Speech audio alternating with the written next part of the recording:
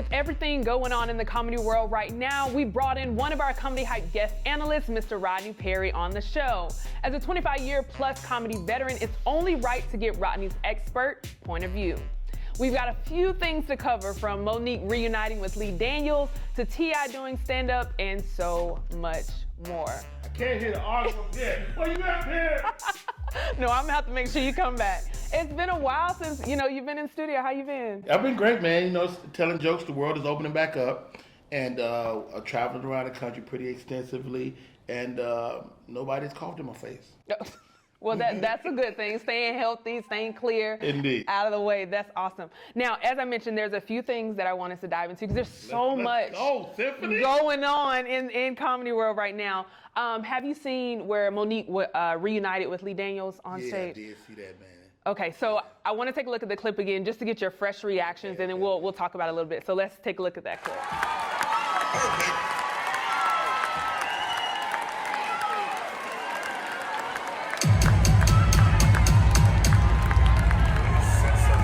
You bitch, I love you. Bitch, I love you more. This is so goddamn real. You and I, along with some other amazing people, made magic. And I don't ever want us to lose that magic again. I am so sorry for hurting you in any way that I did.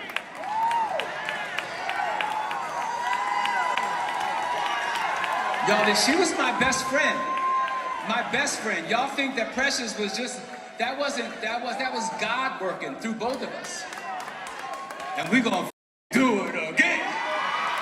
Now, one thing Monique repeats is like, this is real. This is real. So when you first saw that, how real was that moment for you? I mean, I know that lady. She's my friend. People always ask me, y'all still talk? That's the homie. Right. We talk probably once a month or so. And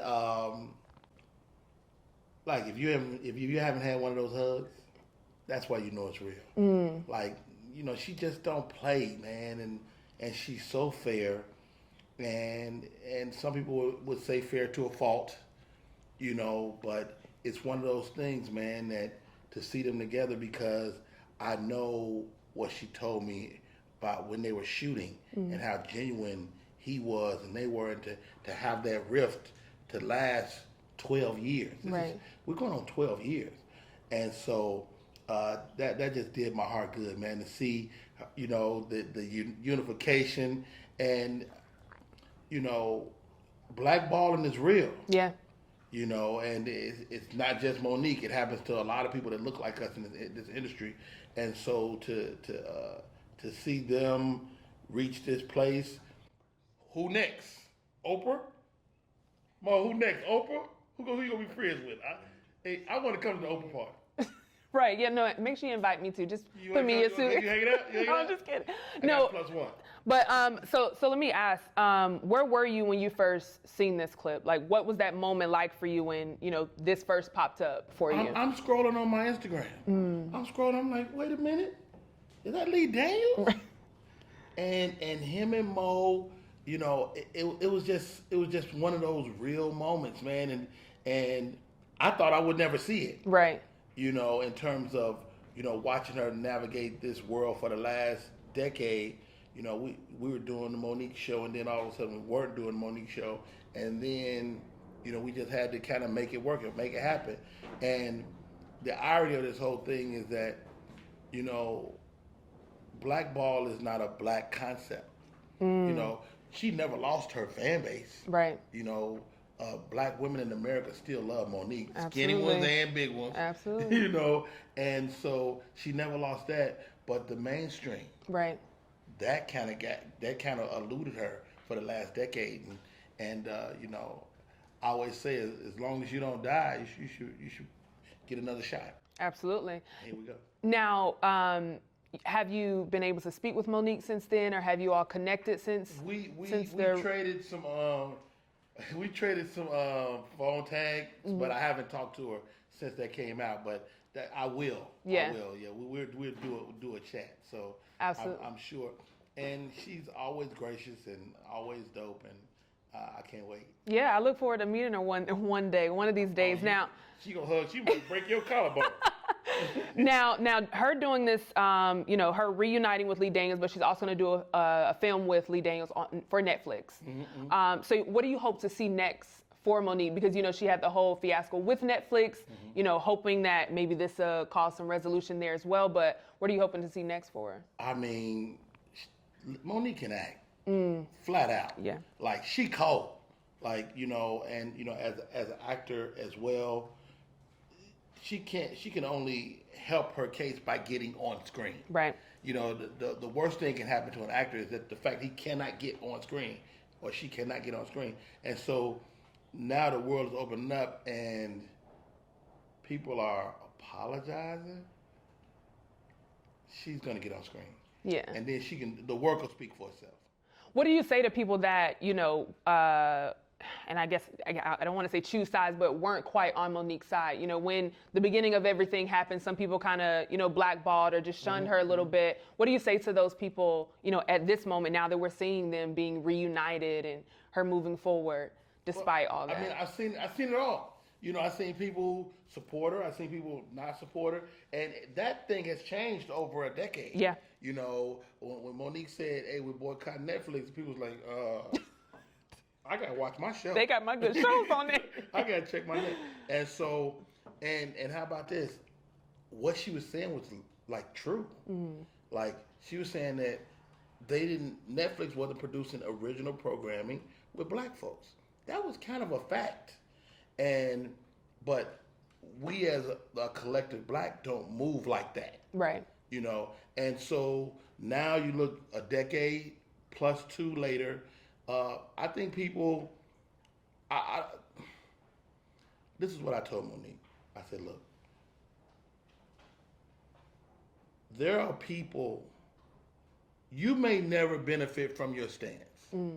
That's the conversation we had. I said, you may never benefit from your stance, but people that look like you will. And that's what I hope going forward is that people that look like her and maybe even her at this juncture will benefit from that moment. And Netflix is doing some fly stuff now. Yeah. You see some cool stuff. You see black programming. You see people like Dave Chappelle going out showcasing an earthquake. Yeah. A real black comic. I think it's gangster what's happening on the landscape. Yeah, well, and I think that's a good transition to definitely congratulations to Monique and Lee Daniels being able to, reunite, and I hope that all great things come from that. But something that you did mention is the Earthquake special. Oh, man. So we know Dave Chappelle, produced a special for Earthquake. So what were your thoughts on that special? First thought was 36 minutes. I'm like, why is it 36 minutes? Right? And then I turned it on. And 10 minutes in, I mean, he's getting more laughs per minute than anybody I've seen in recent memory. Anybody, including Kevin, including Chappelle, including Rock, all these people at the top of the food chain.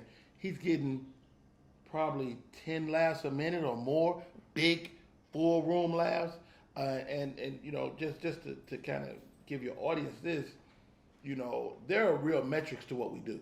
Like when you're a comedian. The average guy is probably getting 5. He was up at 10, 12, 15 laughs a minute. It was crazy. And that's the first 15 minutes. Then he settled down to maybe 9. Right. Why do you think that is? Why do you think he was getting so many? He was ready.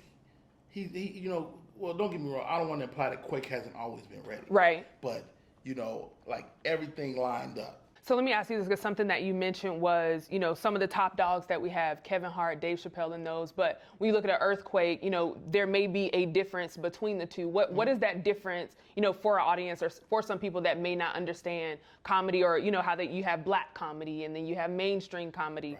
Right. What's the difference in that? What's the difference in that? Okay, so I'm a quintessential black comic. Mm-hmm. There might be your white viewers that may be like, who the hell is Rodney Perry? Who is this dirty man? No, and there are those of us that came through Comic View, Def Jam, the Apollo, Who's Got Jokes, and there's somebody out there that don't know none of those shows. And that's generally the mainstream. There's two distinct worlds in comedy, and those of us that made that transition, a lot of Dave Chappelle's of the world, a lot of the Chris Rocks of the world, a lot of Kevin Hart's of the world, they made that transition, and that, black people make you famous, white folks make you rich. So do you think, seeing black comedy now in the mainstream, that we're going to start to see more of that? I would hope so. And we're not a monolith. We got a lot of different voices. Right, yeah. Like Gerard Carmichael has a completely different voice. We're in Atlanta, so T.I. has stepped into the comedy scene. The King? Yeah, the King. So have you seen him perform any stand-up? You know what? I haven't. I mean, I don't know how this man is going up all over town, and I can't never catch him. Right. But he does quite a few open mics. Like I said, I haven't personally seen him yet. I reached out to him. I hit him on his DM, and I told him, if you need somebody to run something by, I'm willing to be that dude. And here goes. Everybody has a right to start. And if you're looking at me, it probably look easy. Right. If you're looking at me, if you look at any good comic, you're like, I can do that. It's the people that's bombing that never get. You don't be like, I'm going to do it because of that. Right. You're looking at good comics and you're going, I can do that. That's because it looks easier. Guys getting laughs and all that. And so I don't relish in seeing him bomb. I don't like seeing nobody bomb. That's just me, though. But, because I've bombed. Right. It's no fun. Imagine somebody booing you over your job. Yeah, that's not... We should be able to boo your ass. Right. Sitting there behind the McDonald's. Guess what? Where my fries at, bitch? Boo! Just go and boo everybody. Just boo regular people. See, then people understand what it means to get booed. But I'm not mad at T.I. coming into the game. Now, are there any non-comedians that you would want to see step into stand-up? That's a good one. Who would we like to see? You know what? What's her name?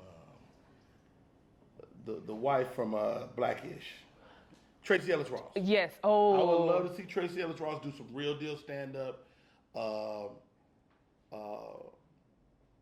would like to see Robert Glasper, the pianist. Yes. I've seen him roast with people before. Nice. And I'm okay. like, okay, Glasper, let me find out you're trying to get over here with us, man. I think that would be kind of cool. He's gone now, but I wouldn't mind seeing Prince do some. Oh, that would be. I like Prince in anything. Just so. imagine Prince just come out with some tight purple pants, ass out. That's 20 minutes on your ass. Right, yeah. You know how hard it is to wipe my ass when it's out? I don't know. Oh, Shannon Sharp. Shannon, that's right, Skip. I'm doing some comedy next week. It's going down, Skip. I'm telling you, it's going to be me, Pierre, Rodney Perry. It's going down, Skip. You need to come see this show, Skip. That's a great impersonation. That's pretty awesome. My man. I'm a huge fan. Yeah, and I think it's good too, especially when you said, you open up your doors to T.I., or if somebody wants to come into comedy, there you can always start, but just do it the right way and understand how to do Ain't the no craft. right way. Ain't no right way. We all figure this stuff out through whatever means. And how about this? We all had an OG. Yeah. And so that's my first question when I meet a young comic. Who's your OG? Somebody got to be giving you the game. Right. And I don't know who the OG is for T.I. Is it K-Dub? And if it's K-Dub, we got to go pull K-Dub to the side. Your little homie is wilding out. Right. So that's our job as comedians, as passers of the jokes, is you got to be able to give a guy the game. Anthony Brown was telling me comics only want one thing. They only want the game. They only want to talk comedy.